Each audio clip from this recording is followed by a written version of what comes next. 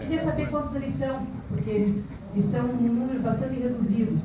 Qual a estrutura que eles têm? Eu gostaria que eles estivessem expondo isso tudo aqui para nós, vereadores, porque nós somos os fiscalizadores, somos os garantidores de direito desse município e precisamos saber qual a estrutura com a qual eles estão funcionando hoje. Eles se somam aos outros quase 4 mil funcionários que até hoje não tiveram a database ainda. Então isso não é homenagem realmente, vereadora. Eles virem aqui receber um papel, que é importante, claro, é uma honraria concedida pelo Poder Legislativo do município, mas nós queríamos que eles estivessem vindo aqui hoje para dizer para eles que, a partir de hoje, eles vão ter um seguro de vida específico para a carreira deles, porque eles têm uma atividade de risco. O risco é iminente e constante. Eles não estão armados ainda.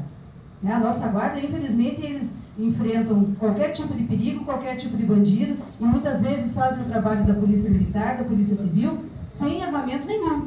Então, essas questões é que nós tínhamos que estar debatendo aqui.